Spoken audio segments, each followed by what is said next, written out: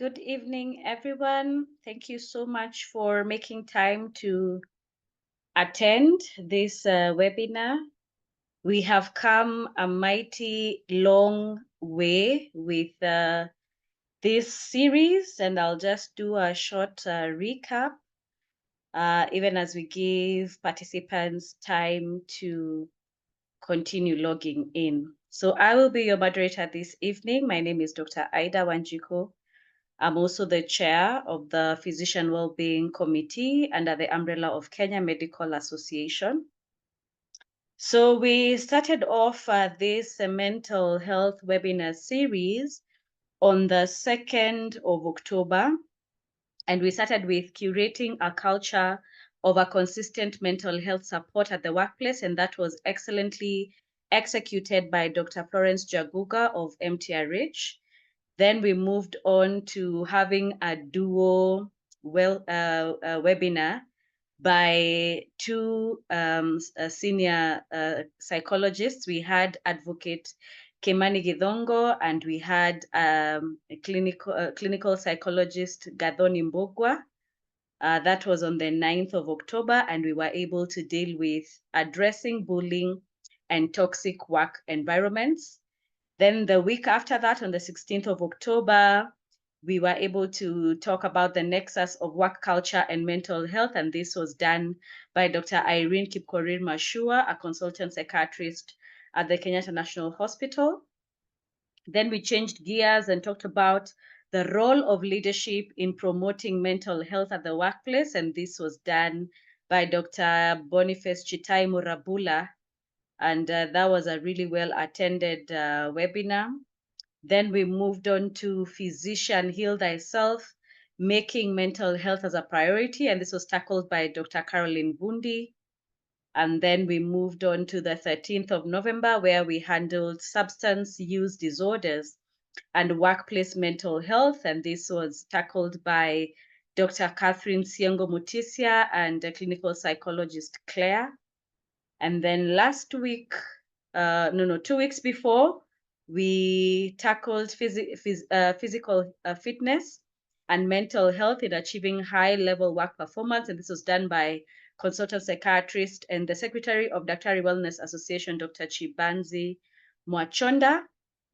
Then last week, we handled recognizing and addressing mental health stigma among medical practitioners. And this was handled by the secretary of the Kenya Psychiatric Association and a consultant psychiatrist, Dr. Linda Nyamute. So this evening, we are in for yet another mental health treat, and we will be handling cognitive restructuring, being kind to your mind, and this will be tackled by a senior seasoned marriage and family therapist and also a counselor. So continue logging in. I see we are now at 107. In the meantime, you can use the chat box to indicate your name and where you're logging in from. Just use your county. So for example, you can say, I'm Wanjiko from Nairobi County. I am so-and-so from Marsabit County. So let's just populate the chat box and get to know each other, where we are coming from, where we're logging in from. And we will be starting in the next few minutes. Housekeeping rules: feel free to use the Q&A section to post your questions, and then use the chat box to be able to post your comments as we are continuing with the webinar. So the Q&A is strictly for the questions that you will have for the guest speaker, and then the chat box is for your comment as the webinar is going on. And also, this is to let you know that this session is being recorded, and it shall thereafter be uploaded onto the Kenya Medical Association YouTube page. And so if you would be an attendee who may not want to have your identification as you're asking the questions, feel free to post your questions in the Q&A as an anonymous attendee. Also, if you're a participant who may want to vocalize your question instead of typing it down, it is important to know that this session is being recorded, and so we will be able to record your voice and thereafter it will be uploaded onto the YouTube for future reference. Welcome from Bungoma, Karibu, Kiambu County. I see Nairobi, watu wa Kisii, karibuni sana. Meru County is represented. Kajiado County, Bungoma County. Thank you very much for taking the time to log in. I can see somebody from Mombasa County, Embu County, Nakuru County. Thank you so much for making time to join us. We really hope that this will be a session that will transform you, call you to action to actually be kind to yourself, be kind to your mind, and be kind to even others who are around you. I can see somebody who's an international guest from the Kingdom of Eswatini. Karibu sana. Asante sana, Murang'a County, Siaya County, I see you. Bomet County, Kisumu Dala, karibu sana. Mombasa as well, I can see you. Karibu, karibu, karibu. All right, so we move on to, all right, there's Kericho, very good. And Lamu County, asanteni sana. Nairobi, I see you. You have not failed to attend, asanteni sana. All right, so it is my honor and privilege to bring to us our esteemed guest speaker for this evening. She is a seasoned and marriage family therapist whose passion is to empower individuals, families, organizations, and in turn the entire society to live authentically and be able to effectively and successfully manage through life's transitions, as well as help them develop soft skills needed to thrive all throughout people's lives. She has been able to live out her passion both in the beautiful country of Kenya and also in the United States of America. She has worked with clients all across the world, including Japan, Australia, United Kingdom, Canada, Nigeria, Switzerland, Zambia, Malawi, Angola, South Africa, and of course here home in Kenya. Her overseas experience has given her a unique edge to relate to and effectively work with individuals, families, and organizations from diverse populations. Our guest speaker holds a Bachelor of Arts degree in Christian ministry, a Master's of Arts degree in marriage and family therapy. She is also an accredited member of the Kenya Counseling and Psychological Association and is also licensed by the Ministry of Health Counseling and Psychologist Board. While practicing in the United States of America, she is a duly licensed clinical professional counselor with the states of North Carolina and also Maryland, and is also a registered member of the National Certified Counselors in the United States of America. She is the owner, founder, and visionary of the Harbor Counseling and Consulting Company, and this is a duly registered company in Kenya since 2014, where she serves as the lead therapist. She has been a consultant with Anchor Relationship Network, which contracted her to offer therapy services, substance abuse assessments, treatment, and training, as well as providing employee assistant program services to corporate employees. Our guest speaker has been featured heavily on the mainstream media houses such as NTV, KBC, K24, Switch TV, Ebru TV, and Pulse Live, as well as Tuko, Hope FM, Radio Waumini, Radio Taifa, Kameme TV, Inoro TV, amongst other media houses. She currently runs a YouTube channel dubbed Live by Design by Grace Karaoke, and she is a sought after counselor and therapist amongst the corporate clientele. In addition to that, she is also a highly sought after therapist in church groups, youth groups, as well as schools and learning institutions. It is my honorary pleasure and honor to bring to us this evening, for the very first time, under the umbrella of Kenya Medical Association, Madam Grace Kariuki Nderito. Take it away.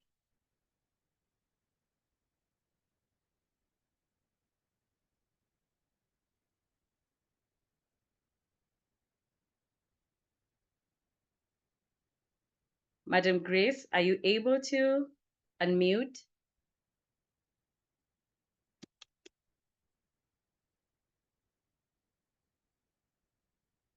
All right, as we give her a moment to put her PowerPoint in order, let's see who else is coming in.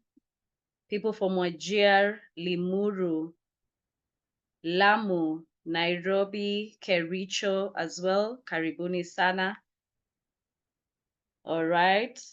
So we are giving Madame Grace a moment just to put up her presentation, and then we will be good to go.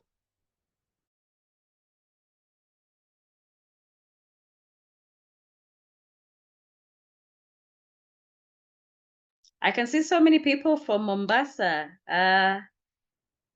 I think we need to come and do a physical webinar in Mombasa County. There's so many people from Mombasa County, Wajir County as well, Kajiado County, Baringo. Thank you very much for making time.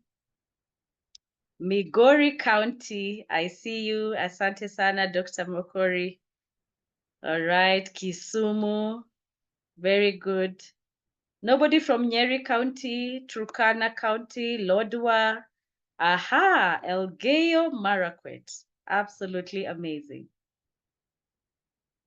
All right, so I'm also going to ask our ICT personnel to please give our guest speaker panelist rights so that she's able to put up her presentation. Peter, if you could help us with that, please.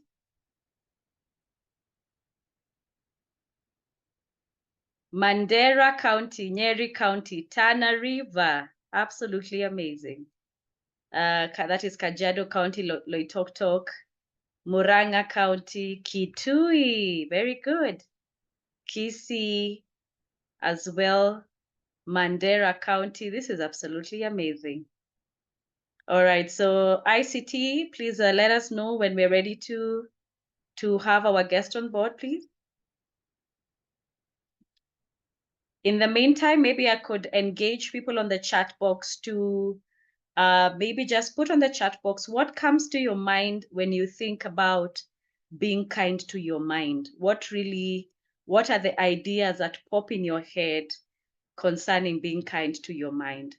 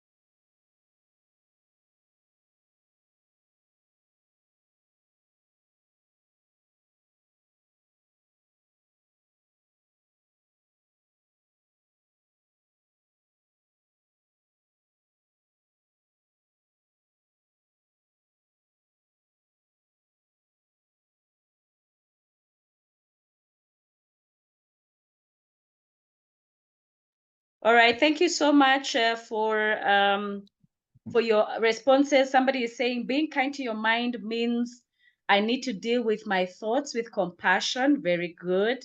Somebody else says self-compassion. Another person says positive thinking and implementation. Another person says having positive thoughts. Let me see what else is here. Having boundaries, very important, Dr. Kanja. Somebody says having positive self-talk. I love those responses. So, Madam Grace, just give me a heads up if you're able to unmute and put up your presentation. At least we can see you. I'm able to see you now. So if you can now be able to unmute and start sharing the screen. All right, you can hear me now? Yes, if you could just put your presentation on slideshow, that would be excellent.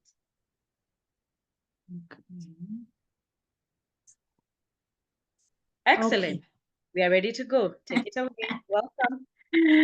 Hello, everyone. All of you, 189 or 90. I am glad to be here today. Thank you, Dr. Lindsay, for inviting me. I am quite honored to be here today. And as you have heard, my name is Grace Karaoke.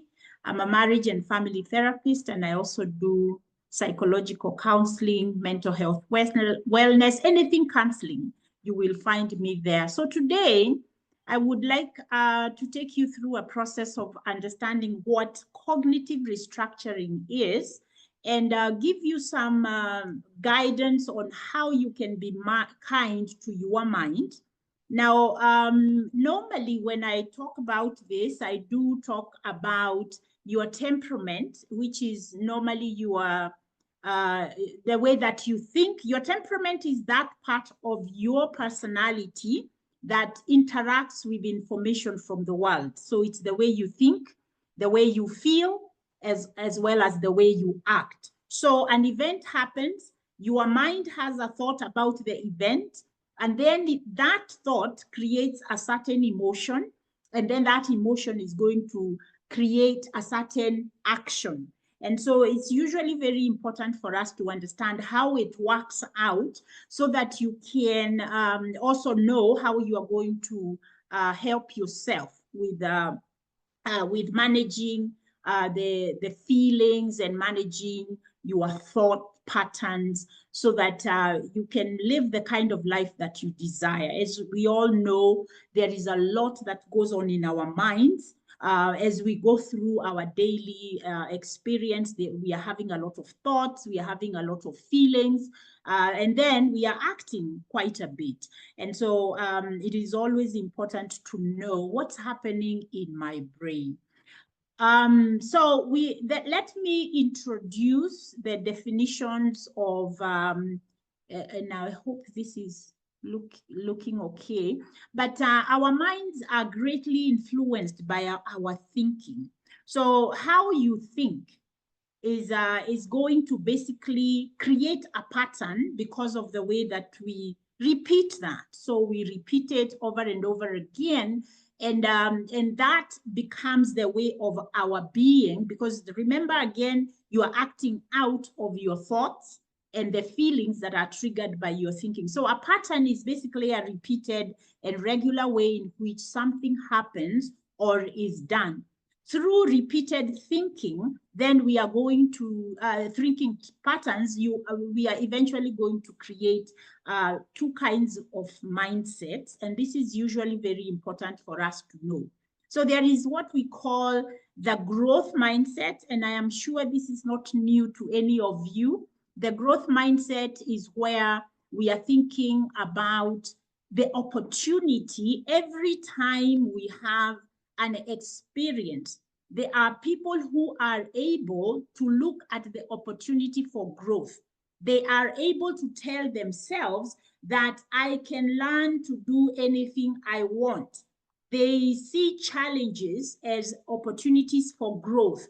They look at their effort and attitude that my effort and attitude determines my abilities. The feedback is constructive. I am inspired by the success of others instead of comparing myself with others. And as well as I like to try new things. So the fixed mindset, on the other hand, this person is thinking failure is the limit of my abilities. So they don't know how to separate the failed attempt from them as a person. So they see failure as part of who they are. So they struggle a lot with the fear of failure. They struggle a lot with the fear of success. So they end up self-sabotaging because they don't know or they don't believe that they can succeed. So and then there are also people with fixed mindsets. I'm either good or bad at it, or I am not. So one of the things that I hear when my clients come to me, that I hear a lot, is what is the right decision for me to make? And they get very fixated on what is right or wrong.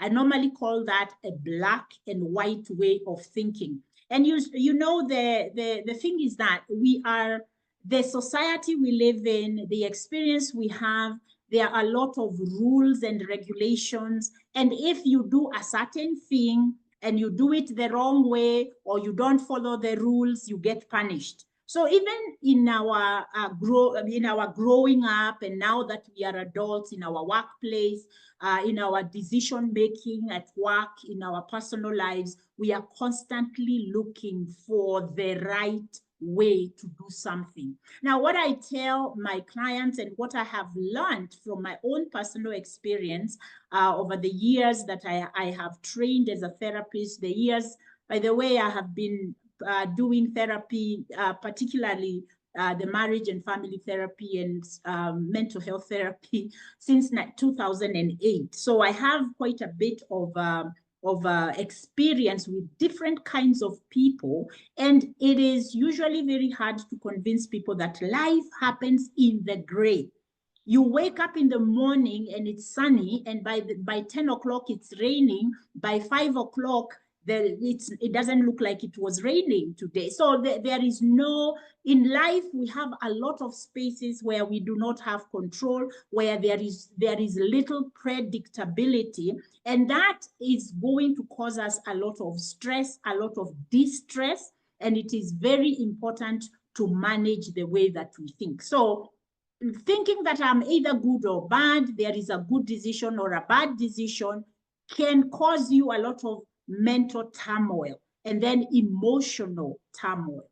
Now, psychological stress is what lives in your head, where you are constantly feeling that you do not know what to do. You don't know whether what you did was the right thing to do. And unfortunately, we tend to judge ourselves according to the knowledge we have gained now as we look back.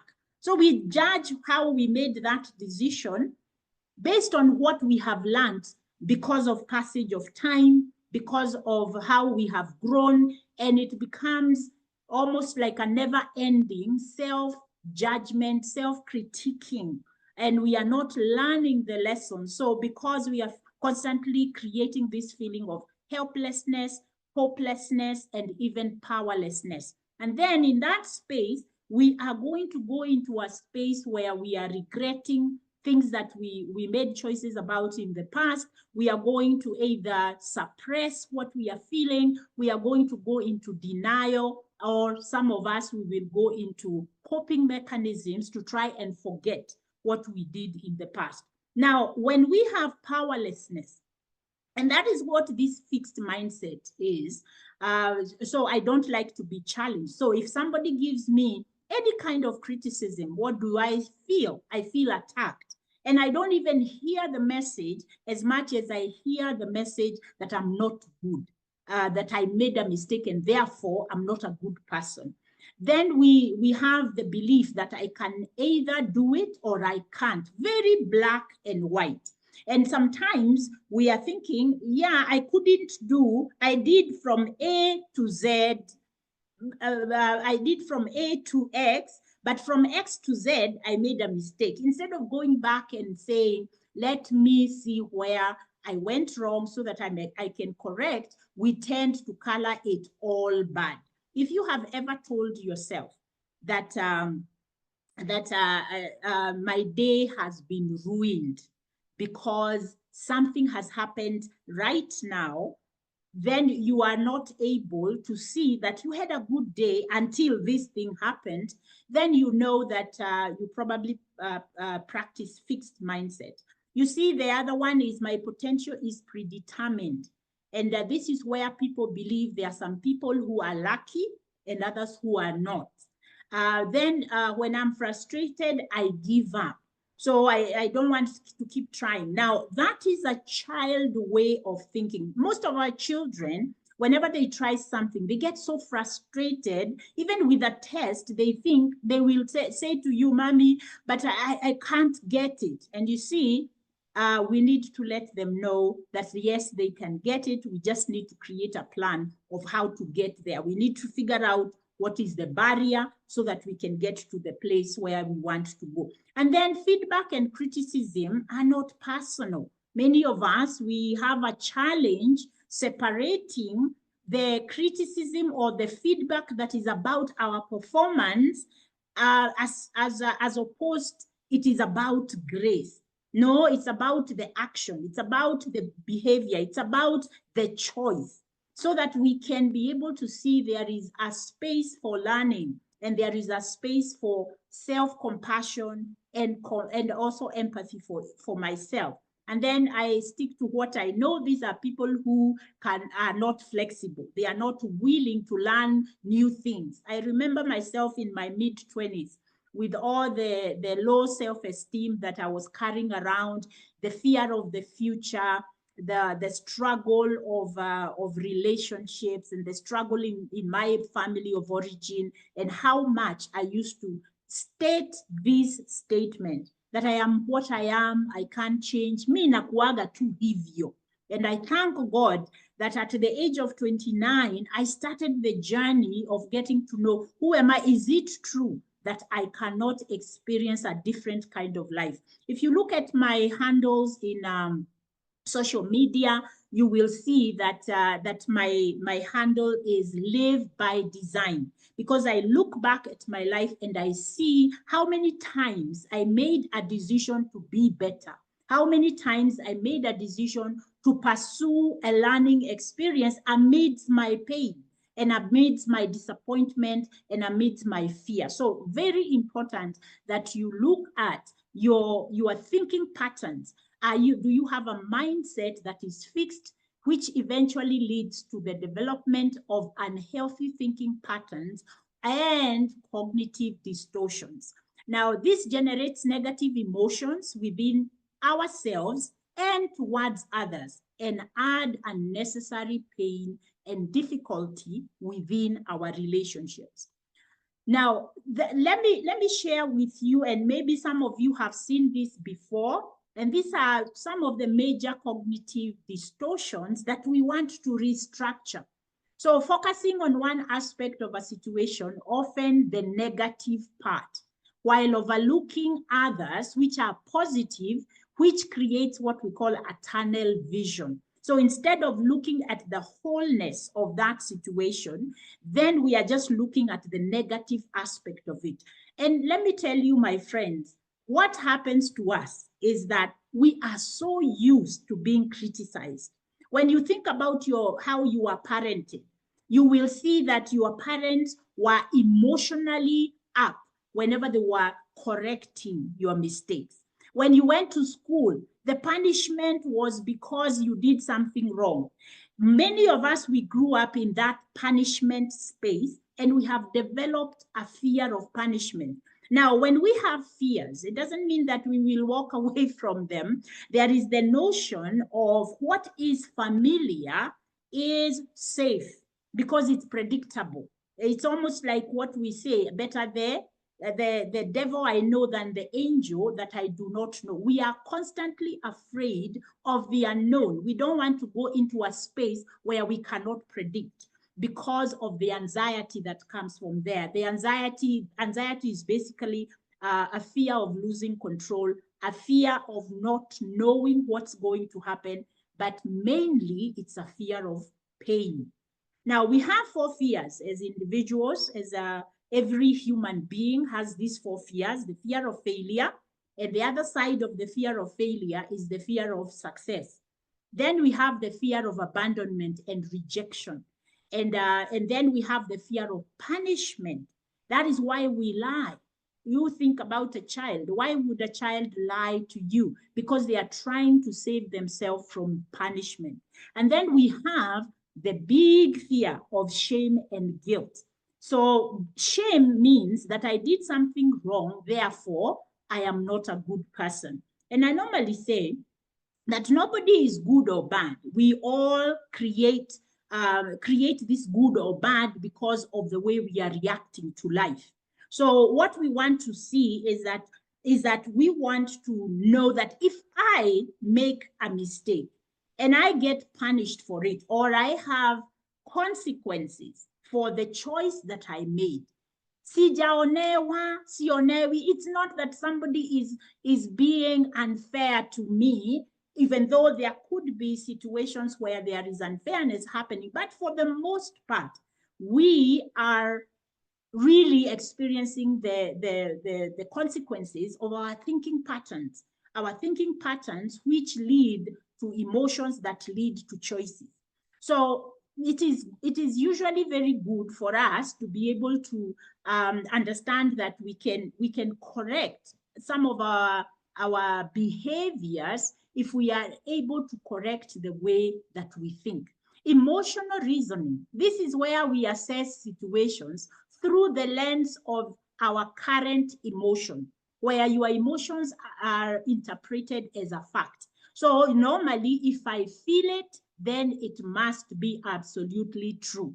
And we want to separate feelings from facts. For number one, we want to say, I am feeling this way because XYZ happened. So if XYZ stops happening, my emotions are going to change. Now, I usually say your emotion, in order for you to separate your emotional reactions from facts, you need to understand the role of your emotions. The role of your emotions is like an alarm clock. When the alarm clock goes off, it's giving you a heads up to do something.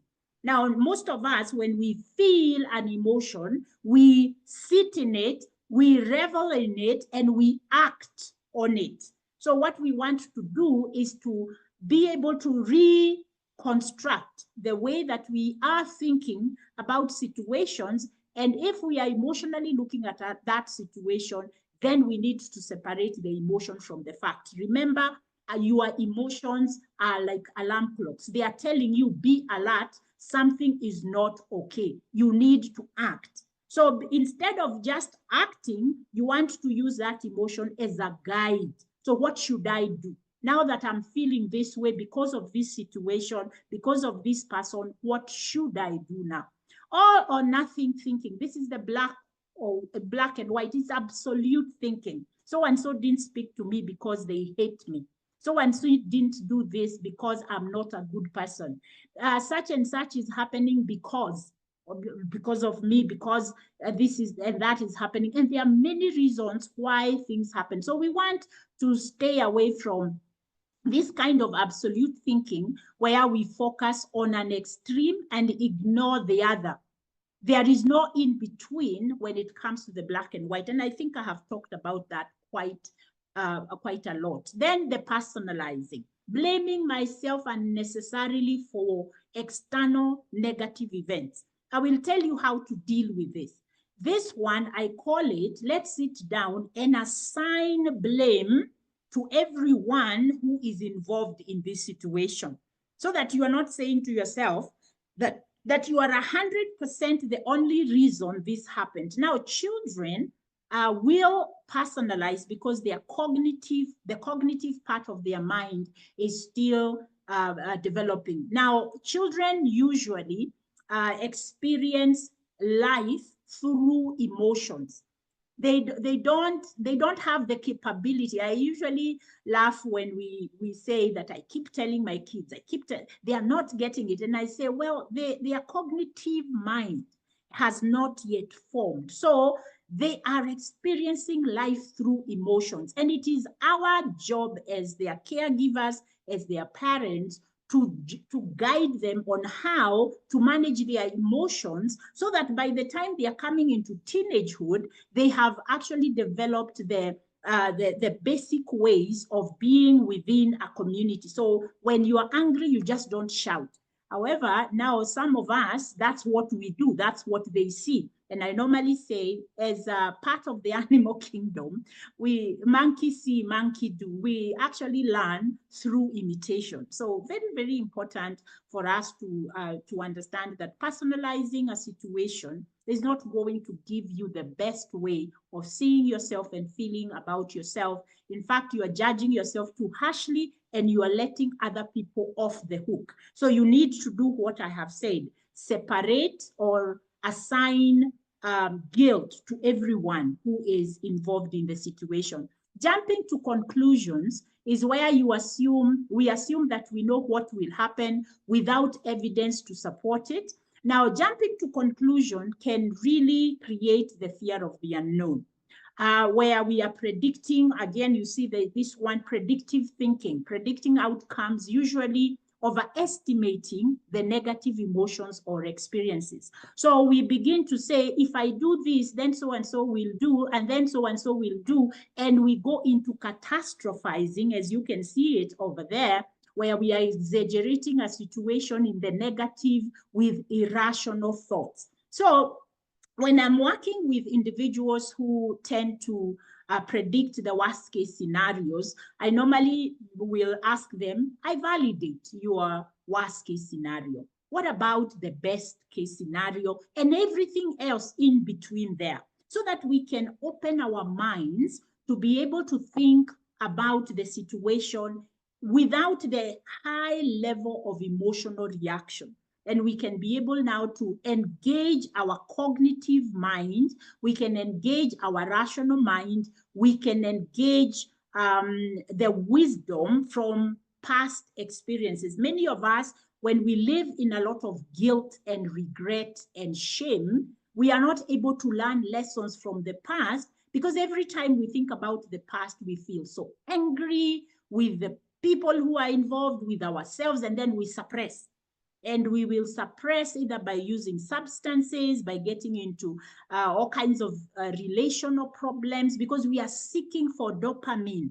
And we are seeking for dopamine because we don't want the feelings of pain, the feelings of failure, the feelings of regret. But we want to learn how to sit with those feelings by allowing ourselves to learn the lessons from the past. The only reason that the past is important for you is because your past and your current mental space, where you are more objective at looking at the past, if you join them together, you create what we call the wise mind. And the wise mind is able to discern the wisdom of the past.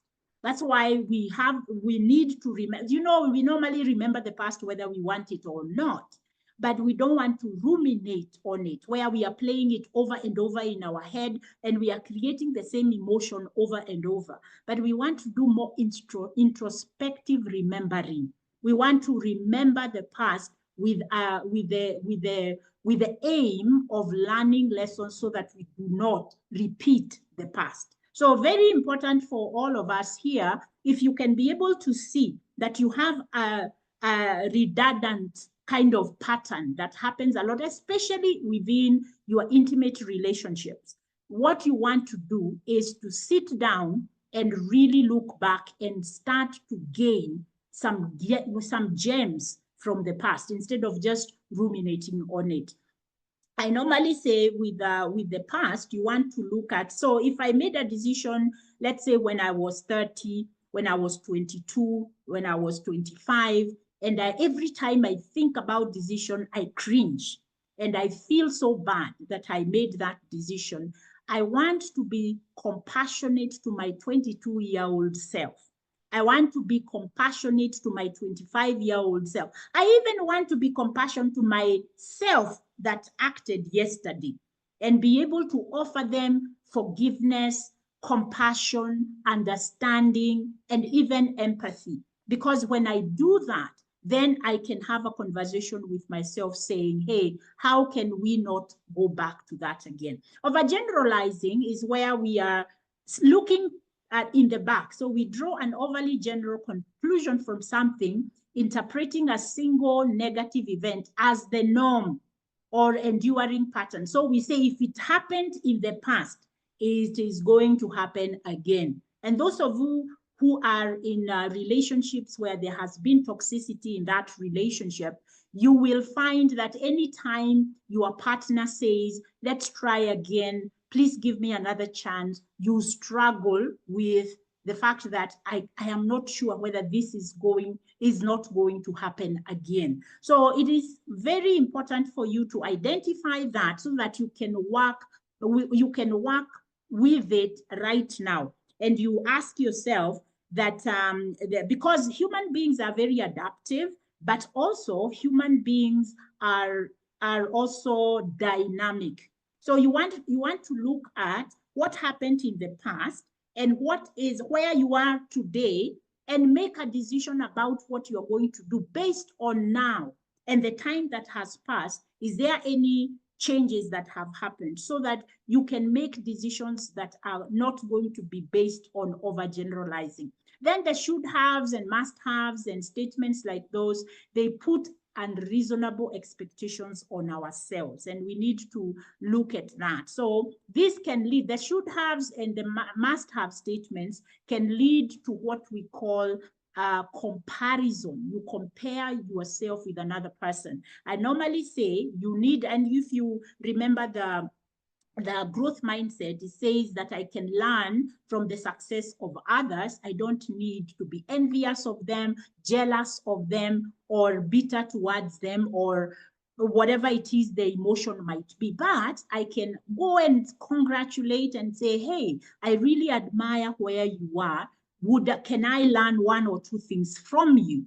And so instead of comparing myself with another person and feeling like I am less than, I am going to find out how did they get there. And within my own makeup, I need to customize whatever it is that they did that made them successful, customize it to myself. I'm not trying to recreate them within me. No, I'm looking at myself, I'm getting to know myself, and I'm learning from other people. Magnification and minimizing is where I magnify the positives in others while I discount myself.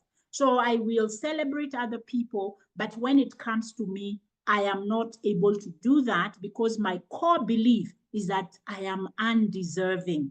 And so I give and I give and I give, and over time, people who give without replenishing themselves, even though they are giving out of a good heart, reaches a point in which they begin to feel that people are taking advantage of them, and they develop resentment. Now, what is resentment? Resentment is really anger that has been sitting for a while. It becomes resentment. And then that resentment, if it continues to sit there, it becomes bitterness. When we enter into the space of bitterness within our mind, within our soul, then we go into mental health distress. So we are dealing with anxiety, mood disorders, anxiety, and depression. And then from there, we are going to go into unhealthy coping mechanisms or healthy coping mechanisms, depending on where we decide to look for help. So very, very important for us to understand these things that we are talking about. So let me talk about emotions. And emotions are conscious mental reactions that are subjectively experienced as strong feelings, usually directed towards a specific object. This specific object can be self, can be another person, or it can be an object, a job, a situation. So emotions are really normal. So I want us to understand that. So when we say that validate, my truth. When we say my truth, really what we are saying, validate my subjective truth. I'm not saying it's yours, but I'm saying allow me to feel my emotions. Our emotions are going to be felt according to our biology. Basically, extrovert versus introvert. So people who are extroverted, when they feel their emotions, everybody is going to know because they are going to express. Now, if you are familiar with the temperaments of the choleric, the sanguine, those two are extroverts and they are going to be expressive outward. When you think about the phlegmatic and the melancholic, they are going to go inward. That's why they are called introverts. They are going to think over it. They are going to overthink it. And they may or may not express it. Now, when we think about expression of emotions, especially the emotions that we feel that are strong, which is anger and happiness, what you will see is that even when a melancholic or a phleg are excited, you may not see it as much as you will see it with the choleric and the sanguine. So allowing ourselves to accept our subjective experience is very important in your ability to develop a growth mindset. So you're not judging yourself, you're not comparing yourself with others, neither are you criticizing your experience. It's important for you to own it and to take it in so that you can now begin to say, is this helpful for me in my relationships, in my community, or do I need to learn a skill? I don't like it when people say that I need to tone down. I usually say, no, you need to embrace who you are and then adjust to fit in with what is appropriate within your community. So don't damn yourself down in order to fit in. No, you want to learn the skills of being within a community so that you are not judging yourself or others are not judging you harshly, because you are learning your emotional intelligence skills. Now, if we do not learn how to name our emotions, we limit their expression and in turn torture our minds, because then we ruminate. We are constantly asking, did I feel, am I supposed to feel this way? Should I? And we are calling people and we are asking them. You want to allow yourself to learn how to manage your emotions, how to hold your emotional self. The thing is, there is nobody who is not emotional. Even the people who don't show it, they just have learned how to suppress the emotions or how to avoid expressing them. There is, there are a lot of time when we say, I feel bad, I feel weird, or the local nasikia vibaya.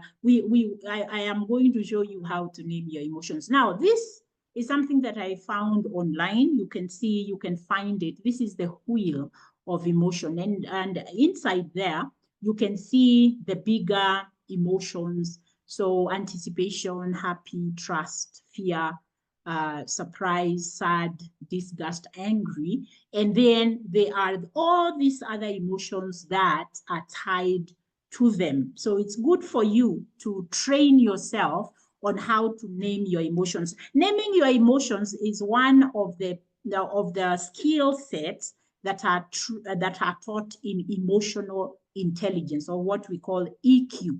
And EQ has everything to do with interpersonal relationships. So being able to know yourself and embrace who you are. And number two, learn how to manage yourself, how to have emotional regulation, how to regulate how you feel, how to self-soothe, how to be compassionate to yourself. And then the third one is how to understand other people within your community. So what we call other awareness. So how are people experiencing me? When I come home and I am so tired and I yell at the kids, or I tell them, niondokeni, nimechoka. Whenever we do that, how are our children experiencing us? If I have a problem with a hot temper, I can't manage my emotions. How are people around me at the workplace and everywhere? How are they experiencing me? And then the other question, how am I experiencing other people within my community? Very important, especially to be able to tell people how you feel. Now, this is another one that is, this lady, Susan David, she is really good with emotional, she calls herself an emotional agility therapist. So I like the fact that she calls these big words here, and she calls them umbrella emotions. So all of us know we are happy, we know we are embarrassed, we know we are hurt, we know we are anxious. But then she writes, below these feelings, below these emotions, there are other emotions that we need to identify as well. So when I feel embarrassed, I feel I may also be feeling isolated. I may be feeling self-conscious. I may be feeling inferior, guilty, ashamed, pathetic, confused. I need to figure out what is the real emotion that I'm feeling. When I'm hurt, I may be jealous. I may be feeling betrayed. I may be, so when I tell somebody you hurt me and the other person is thinking how, and you want to use words like, when you did XYZ, I felt that you betrayed me, because we have this understanding between the two of us. This is what our relationship is. So when you went out and you did XYZ, I felt very betrayed. That is going to actually allow your partner, allow the other person to understand, when you say I'm hurt, then this is what you mean. You mean that I'm shocked that you did that. I never would have imagined that you would do that in our relationship to me, or that you would actually do that. You are not a person who lies. So when you lied, I got so shocked that you did that, and other ways that we can express ourselves. So learning to identify and name the emotions that you feel is one of the tenets of emotional intelligence, but also one of the skills in the space of conflict management within your intimate relationships, so that you are able to express to your partner exactly what they do that cause you to feel the emotions that we feel. Now, we don't want to label people. Now, these days, we are labeling a lot of people the big word, the N word, narcissistic. So we are calling people, oh, they are narcissists, and all that's all good. However, we want to be able to express to people, the moment I label a person, we can't have any more conversation, any more productive conversation. Because then what I have just said is that you are this thing that can never change. And so there is nowhere else we can go with that. However, if I start by talking about being victimized, so when you do this, I feel victimized, I feel abandoned, I feel I feel confused about this thing that we call love between us. If I am able to express that, maybe we can have a chance to be able to speak better with each other and find solutions for the relationship. So very important for us to learn emotional intelligence in that way. Now, let me now give you the steps towards cognitive restructuring. So number one is catch the situation. So identify the upsetting situation. I usually call it the 3 C's of cognitive restructuring. So catch it is the first one. Catch it when things have changed. Now, how do you know that a situation is upsetting to you? Recognize the mood change. Suddenly, your mood has changed. And you want now to say, let me catch it by looking at this event. What is it? Looking at an argument I'm having or I've had with someone, or a memory of something that was distressing that happened in the past. So sometimes when we have what we call PTSD, post-trauma stress disorder, what happens is that we may smell something, we may hear something, we may you know, just have a memory. Even sometimes we may dream about something and we wake up in the morning and we are just feeling off. So describe what happened, who was involved, where did it happen, when did it happen. This is how you catch the event. Number two, catch the emotion. Now, it's usually easier to catch the emotion before you catch the thought, even though the thought is the one that comes before the emotion. So identify the most upsetting feeling you had in the situation or you are having in this situation. It could be that I am feeling disrespected. It could be that I am feeling looked down on, criticized. What is it that you are feeling at this moment? So catch the emotion. What is the change in mood that you are experiencing? The easiest emotions we identify is bad. I felt so bad or mad. I was so angry. Try to define the underlying emotions. So whether is it loss and grief? What have I lost? What has this person taken away, the situation taken away from me? How am I feeling confused? Am I feeling unsure, undecided? What is it? Then disappointment, betrayal, disrespected, overlooked, devalued, rejected, whatever that deeper emotion is that is making you feel bad or mad. Because anger is both a feeling as well as a behavior. So you want to find out. Now, social science experts tell us that anger is usually a secondary emotion. Below the anger, there is another emotion. And for me, usually the ones I have listed here, plus a few more, they are really the real emotions that we feel. The thoughts, you want to catch the thoughts, identify your thoughts about the situation that are underlying your upsetting feelings. Which thought did you have about the situation? What meaning did you give the event?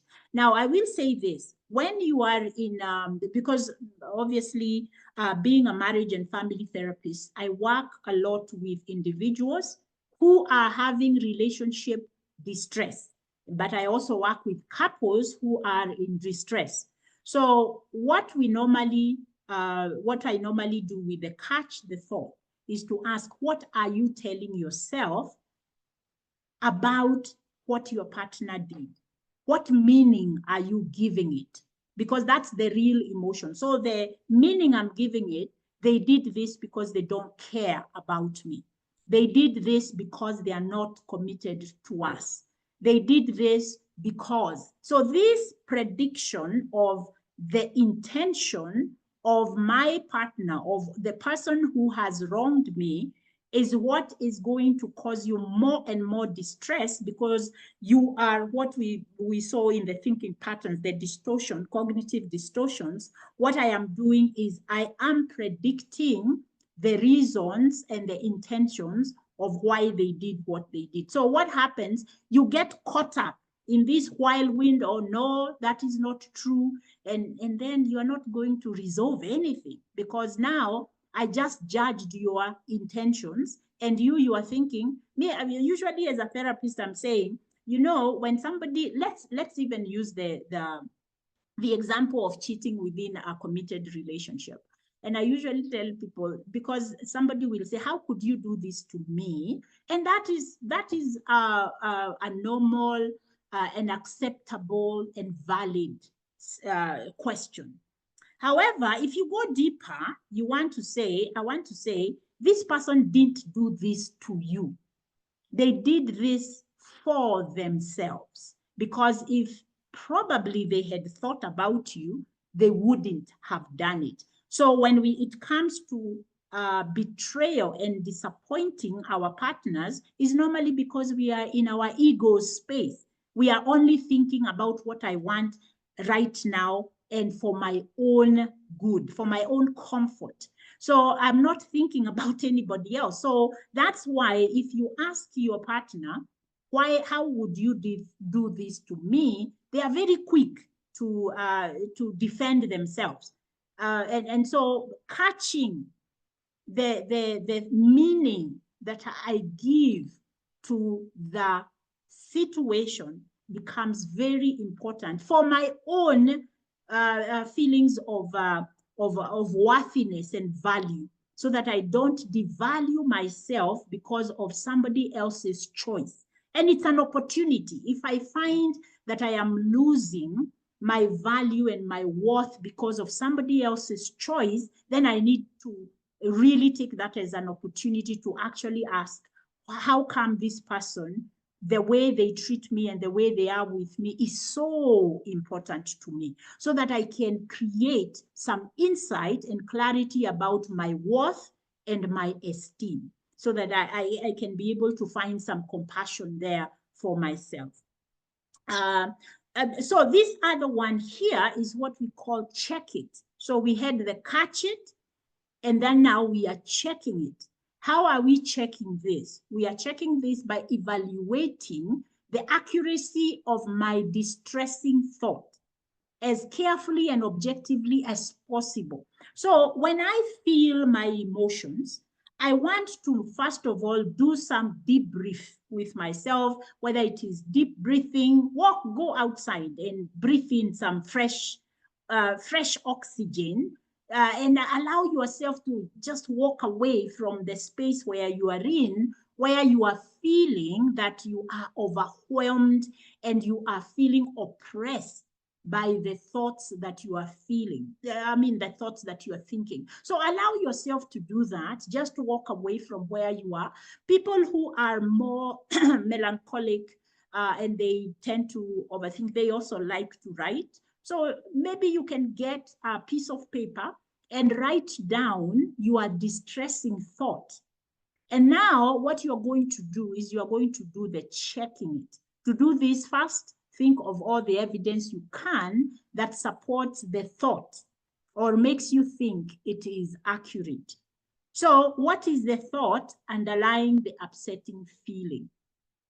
What is the bad prediction I have made? And this is now the fear of the unknown. So now I am triggered to feel afraid, and then I'm making a prediction about what is going to happen, and usually it's the worst case scenario. Then there is, what is the bad thing that I think I have done, and this is where your shame and guilt is. So one of the things that I help my clients with when we are doing cognitive restructuring is really to ask the question again of guilt. Who have you sinned against? Is this rational or irrational guilt? So let's write down the things that you have done that were wrong, and by whose standards. Who is it that you sinned against, or who is it that you have wronged? And then the shame, I want my client to understand that shame and guilt are different in this way. Guilt is about an action I did. Shame is about who I am. So I did an action, and then I tell myself I'm a bad person for doing the action. And it's very important for us to separate the two, so that now I can, again, what I said before, assign guilt appropriately by asking who is involved, what did they do, what did I do, what am I guilty of? Then what is the loss or disappointment? And this is usually going to indicate that you are feeling sad, because normally when you feel loss, you are going to feel a feeling of sadness. So allow yourself to identify, what is it that I have lost in this situation that has just happened or happened, and I am thinking about it. What did I lose? So with couples, I usually say, what are you feeling that you have lost here or are afraid of losing? And sometimes they will say to me, I don't want to lose my partner. And then I will go deeper than that, because your partner signifies what? What did they signify in your life that if you lost them, then you are going to experience deep sadness and you're going to grieve something? So let's go deeper than the surface space and go down there. Then what is unfair about this situation? So when you feel and experience, if the event is injustice, you are going to feel anger. and it's okay. There is nothing wrong with that. If there is an injustice that is being done, you're going to feel anger.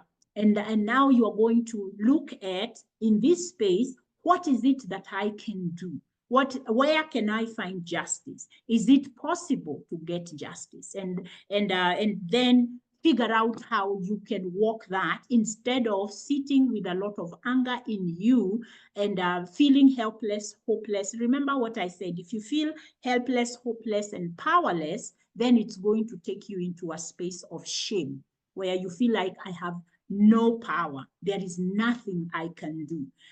Then is there another way to look at the situation?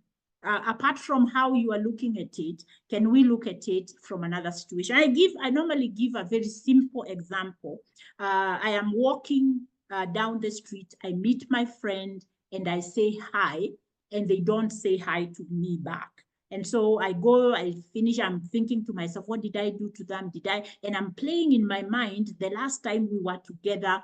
And I even go to my WhatsApp, the last message we had, and I'm wondering, why did they not say hi back to me? Then I go back to the office, and maybe they are a workmate, and they come into my office and they are all happy and dandy, and they're saying, hey, how are you? And I am confused now. So in order for me to get out of this rumination and thought patterns that there is something wrong I did, then I need to kind of ask them, hey, by the way, I'm confused. When I met you down the street, I said hi, and you didn't even say hi back to me. And then they will say, where? I don't even remember seeing you. Where was that? And then I will say, then they will say, oh, I'm so sorry. Unajua, when I was down the street, this happened and this happened. So my mind was fixated on getting to the office or whatever. And that way you are able to look at this, because that takes away the distress. What alternative explanation could there be to the situation? Am I using emotional reasoning instead of using facts? That means, am I buried by the emotions I'm feeling, and therefore I'm unable to see what could be a more objective way of looking at this? So the last step here is to make a decision, which is what we call changing it. Remember, I said the 3 C's of cognitive restructuring. So catch it, check it, and now change it. So brainstorm on an action plan. Many of us, we stay on, why is this happening to me? Now, this statement is okay, because that's where we all start. We start by feeling victimized and feeling that we have no power. Somebody has power over us. That's a starting point. But we don't want to stay there too long. We want to go into, what can I do now? And this is now the growth mindset, where I'm saying, I am not completely powerless on this one. I need to look for a space where I have control and can do something about it. Most of the times, what can I do now may mean that I have to make a choice and take a decision that is going to create a consequence for other people who are involved in the space. And so we move into now dealing with barriers of taking charge of our lives and changing things around our lives, where we are talking about the skills of boundary setting, the skills of assertiveness, asking for what I need from the people who are within my circle of influence. And also, assertiveness also means that I learn how to be courageous to ask for what I need without trying to figure out what the other person is going to do. Whenever you do that, where you know this is what I want to do, and then your mind goes into, but if you do that, then they will do, they are thinking, what you are doing magical thinking. You are taking too much control of other people's thoughts, and you don't even know them. So what are you doing? You are self-sabotaging. So what you want to do is to learn how to say, I need to do what I have control over. And when the other person acts the way they act, I know I can handle that. The reason why we pacify other people so that we don't want to create chaos, is because we think that if they don't react the way we expect them to react, we won't be able to handle it. We won't be able to handle pain. We won't be able to handle disappointment. And therefore, I hide, I refuse, I walk away, or I suppress.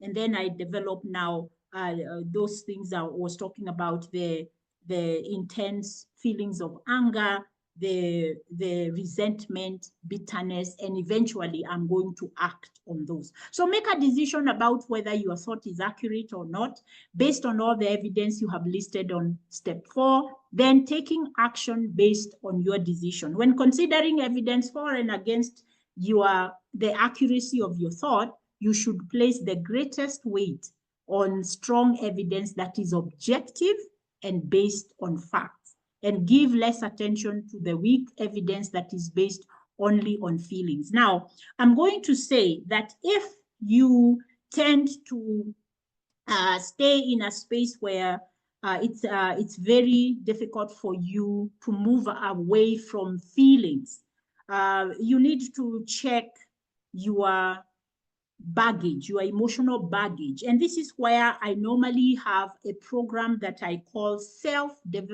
personal development, clarity and insight. And normally what I do, I give you 12 sessions of just exploring. It's just you alone with me in a session, and we explore your childhood, your life experience, all through your life experience. And you have a safe space for you to be able to know your temperament. That is your biology, how you are wired.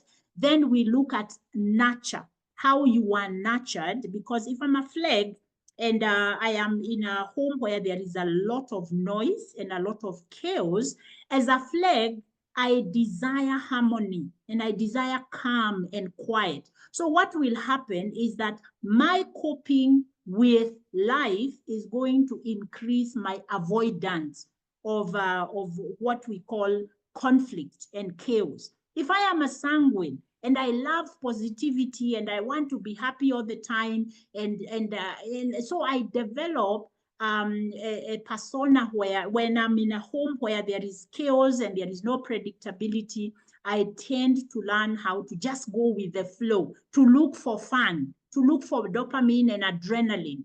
And the choleric, I become very argumentative, and it's my way or the highway, and I'm not able to allow any kind of dialogue because I need to have control, because when I don't have control, things go bad. And then if I am a melancholic, I learn to go inward. So I am very isolating, I'm withdrawing, and I am prone to depression and loneliness. And then when I act out, I am very passive aggressive.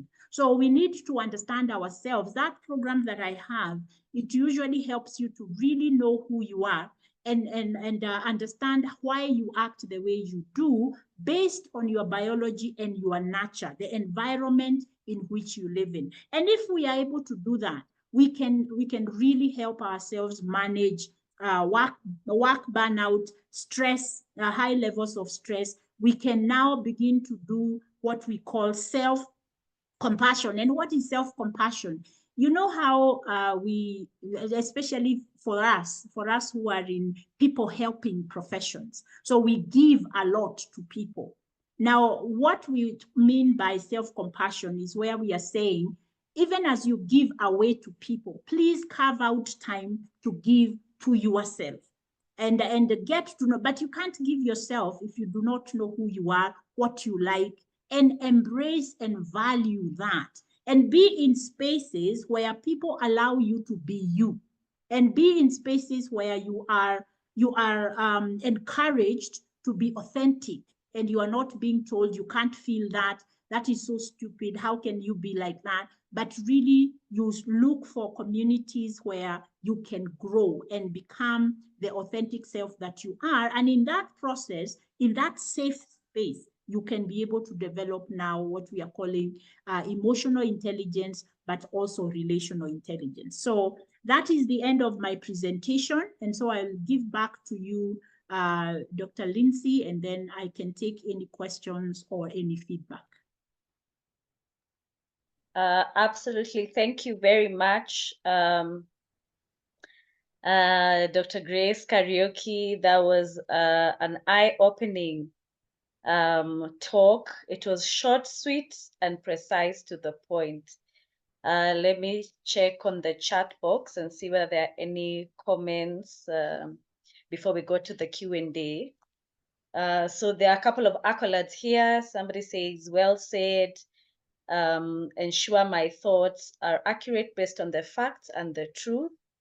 Another person says, this is very useful.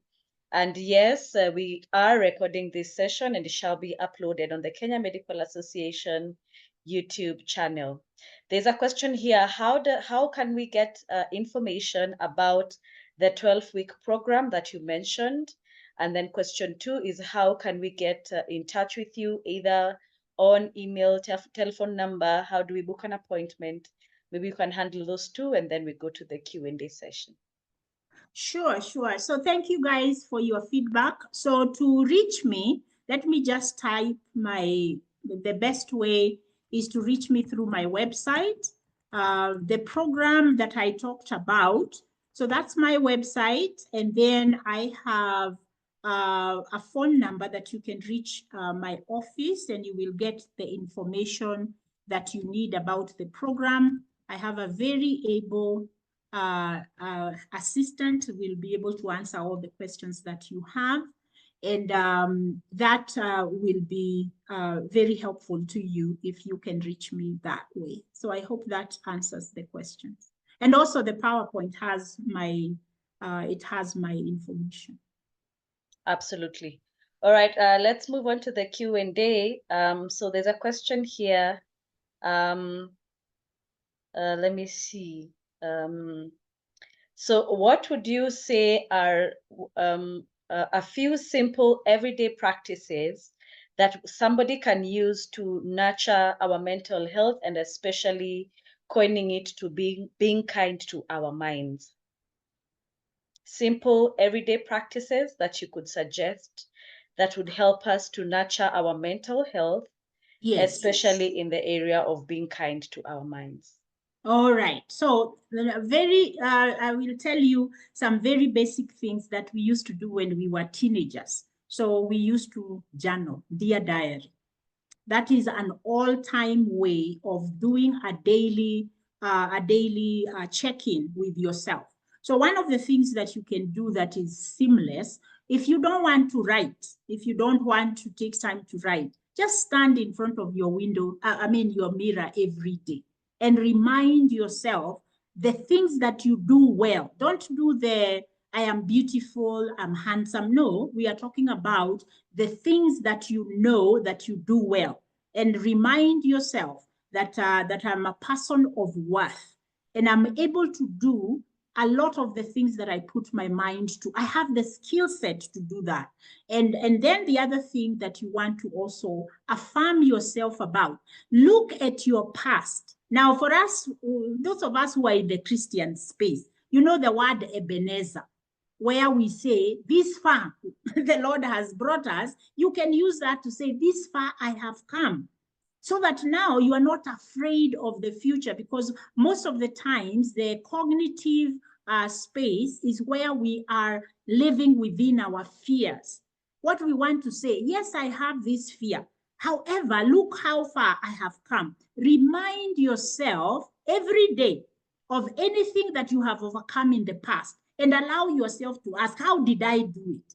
Because we want to live in the space where we are acknowledging our emotional resilience, even if you don't feel it. Many of us who are in our jobs, we struggle with imposter syndrome. And why? It's because regardless of the evidence we have that we are good, we are capable, we can overcome anything, we still believe, this core belief, we still believe that we are not as good as other people think we are. So we are thinking one of these days the shoe will fall. So every day, if you can do some journaling, if you can do some personal, just in front of your mirror in the morning and just remind yourself what you do well. It can go a long way in changing the way you feel. Now, number 2, gratitude. It is free. No matter how bad it is, you are going to work, there is a lot of traffic, you wanted to be there on time, but now you can't because some dude has overridden and they were riding so roughly that they caused an accident, and you are feeling all these emotions. You want to stop and say, what can I be thankful for in this space that I'm in right now? And it can be as simple as, oh, thank God that I can breathe. Thank God that I have good health. Thank God that my mind is okay. As you are going through your day, learn how to give yourself the space of gratitude. Let me also give you this one. Every time you have a negative thought, find 2 positive thoughts that you can be grateful for, because that gratitude is one of the ways that we are able to move our mind, shift our mind from the rumination of the negative into a space where we feel something good is happening. Then the other thing that we want to do, check your friendship. Many of us, we are constantly in this distress in our minds because we are stuck in toxic relationships. And if you feel that you are stuck and you don't know what to do, that's the time that you seek for help. And then I want to say this to us.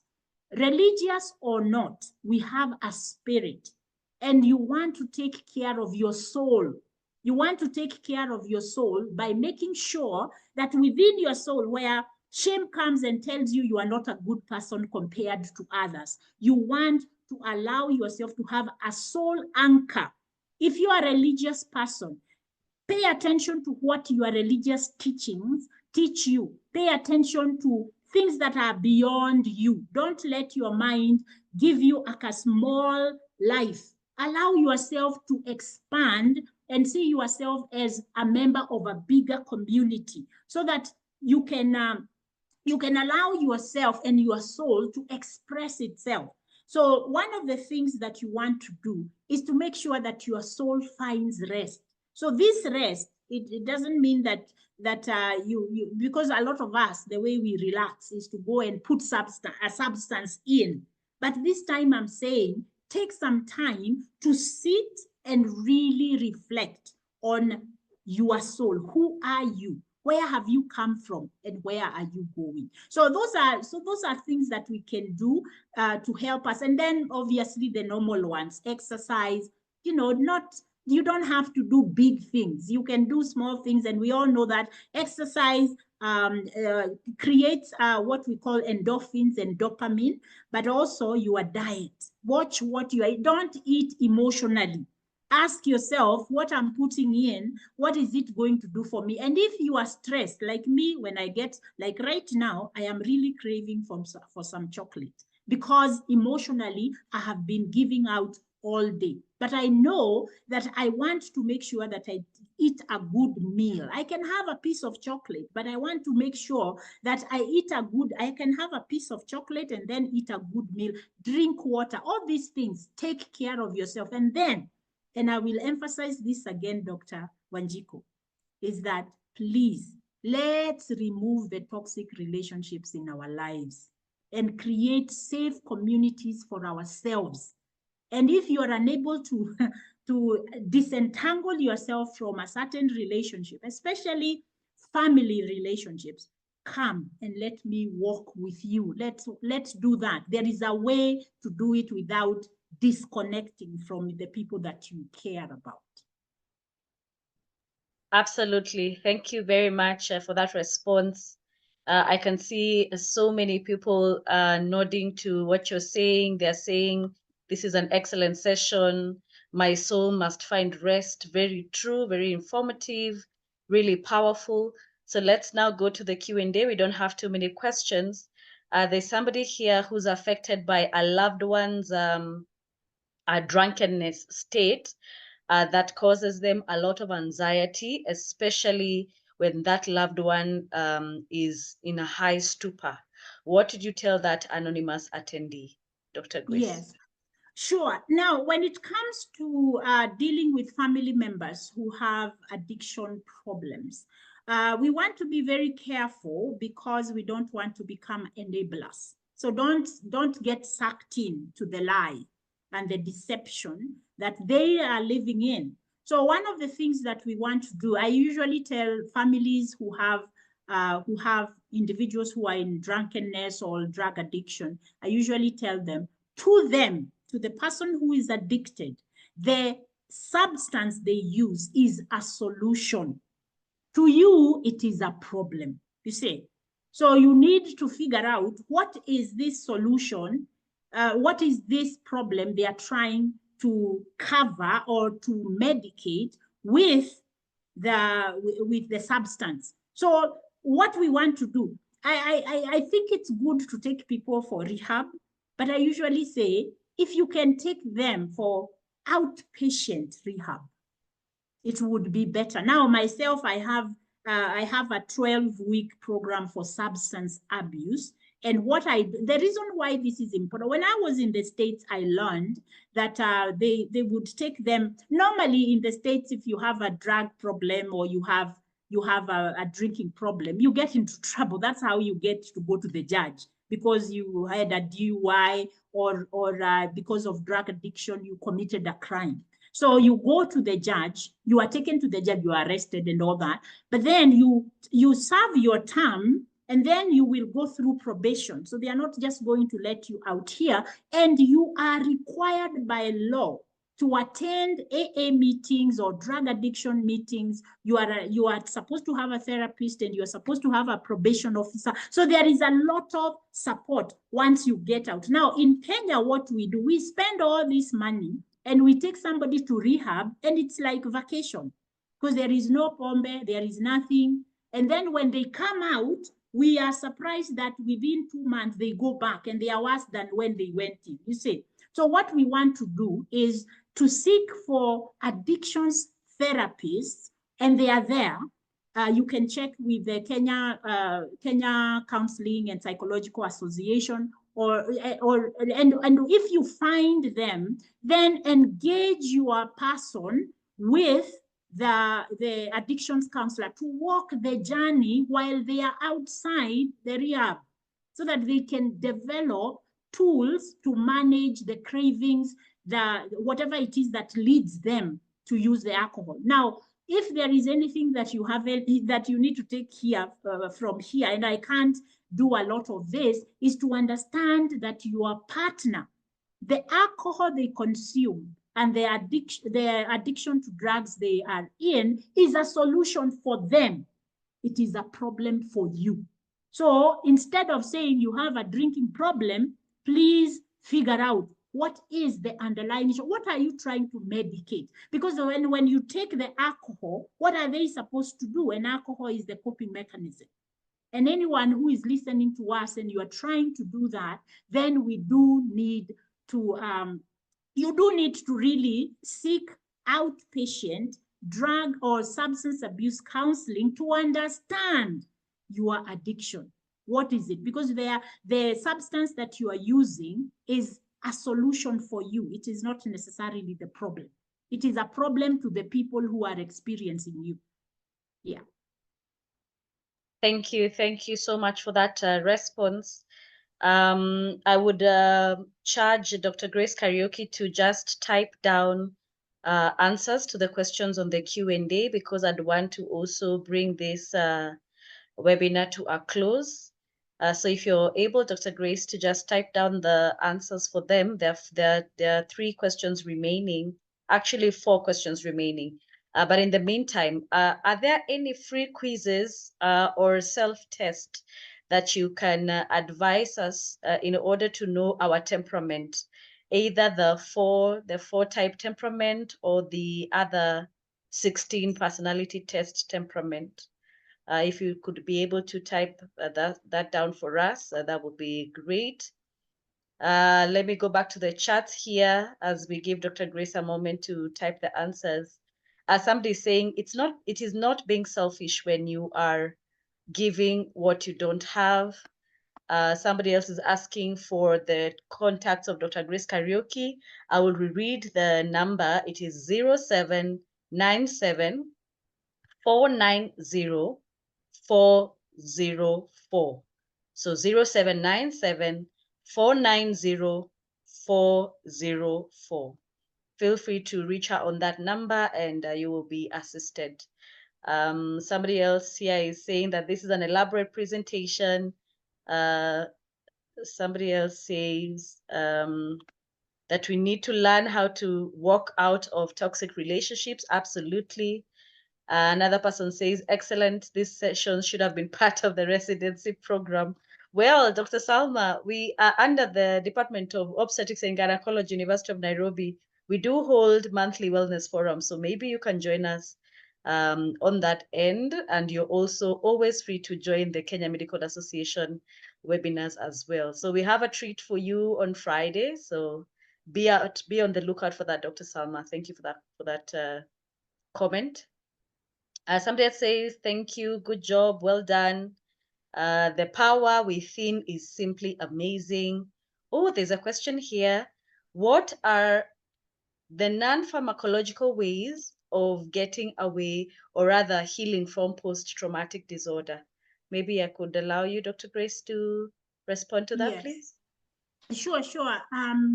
The one of the ways right now for me that I do a lot with post-trauma syndrome is what we call talk therapy, but mostly I do trauma therapy, where we go down to talk through what you went through. Now, there are two ways that I address that. First of all is your physical, how you have carried your trauma within your body.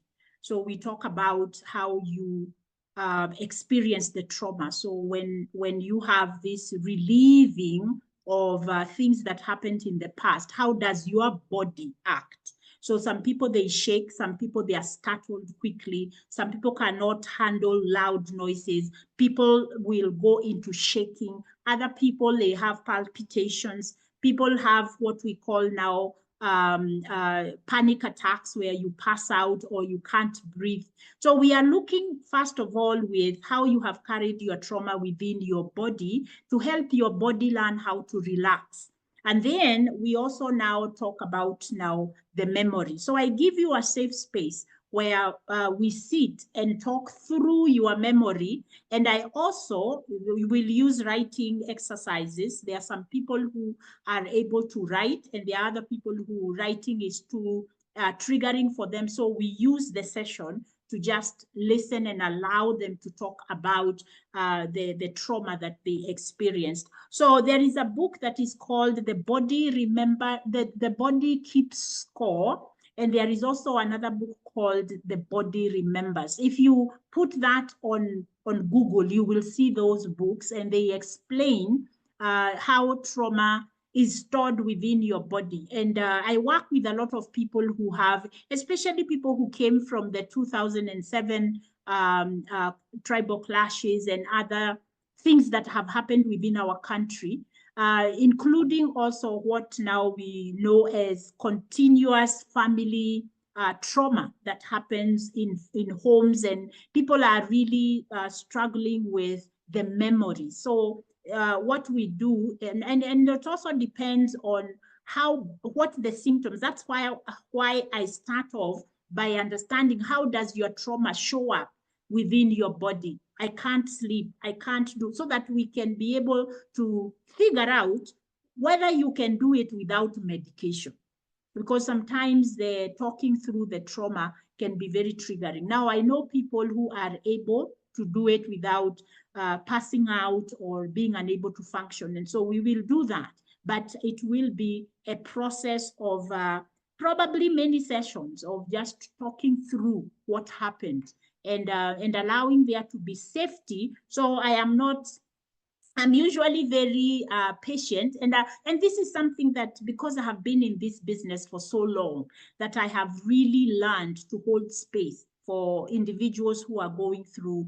PTSD. So it is not a quick fix, but there is a lot of both learning how the body has been conditioned to hold and carry the trauma, plus now the mental, and also looking now at how have we survived. So we went through all of that.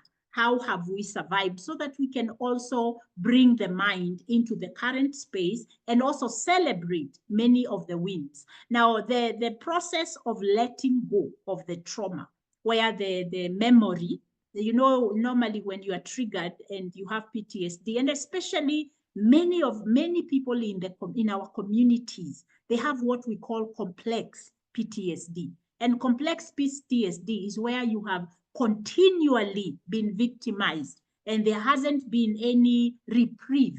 And you are having the victimization in your local community, you know, like your home life, where you are from, within your family of origin, there is no safety whatsoever. Everybody, for instance, we have families where women have no reprieve, you know, so there is nobody who protects them. And so now, even when they are older, they cannot protect their female girls. So we want to allow you, now that you are where you are, for us to have a space where you can disentangle from this helplessness and this powerlessness, because you are no longer in that community. Now you have freedom to create your own life, but we need to disentangle you from the old, from the past, which is so overbearing. Awesome. Thank you so much, Dr. Grace. Let me bring in two participants here. Lillian Bunyasi Asuga. I can see your hand is raised. I have just given you the rights to unmute yourself and ask the question.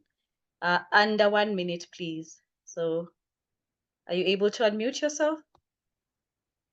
Lillian Bunyasi Asuga.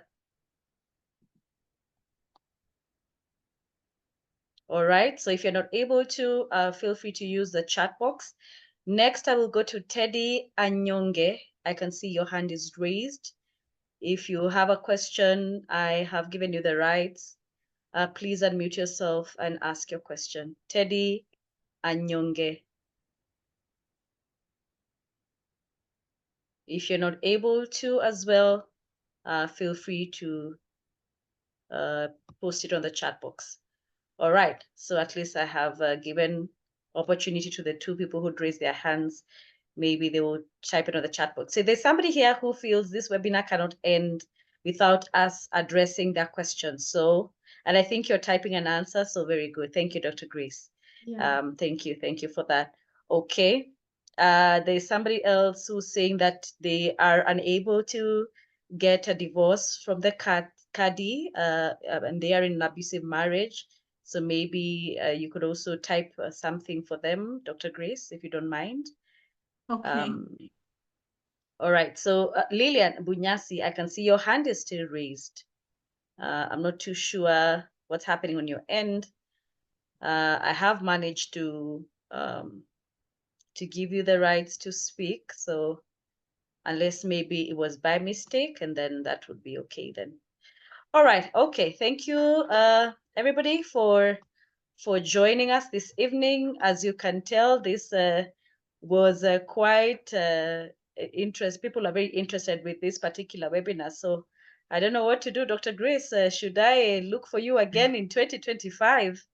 And we can do an entire series. You know, the questions are all the way from PTSD to anxiety. There's depression, abusive marriages, handling a loved one with substance use disorders. I mean, it's really, the questions have gone beyond our scope of being kind to our mind. So maybe I will look look for you and see whether we can do a series of sorts in the coming year.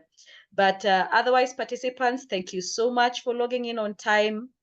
I thank you for your interest in this particular topic. This webinar, as we had mentioned earlier, this recording shall be uploaded on the Kenya Medical Association YouTube channel, and you can feel free to go through it again, watch it again, recap again, take the lessons again. So you are welcome to do so. Otherwise, Dr. Grace Karaoke, many thanks for your time. We understand that you're a busy lady. I mean, having clients all over the world, really, and you got time for us at Kenya Medical Association. We are more than happy to have had you join us. Asante sana. All right, so final announcements are that we will be having our final closure, a mental health webinar on this particular series, and we are going to be tackling music and the mind. So let's see how the art of music is able to give us, will be able to boost our mental health. And we're going to be joined by none other than the hip hop doctor. You may all know him, or some of you might be following him on Instagram, listen to his music. So 11th of December, Wednesday, is our last webinar on this exciting series under the umbrella and the theme of it is time to prioritize mental health. Otherwise, it has been me, your moderator and the chair of the Physician Wellbeing Committee, Kenya Medical Association, Dr. Wanjiko Ida. Thank you so much for joining. Do have a lovely evening and remember to be kind to your mind. Have a good evening. Until next time, bye-bye.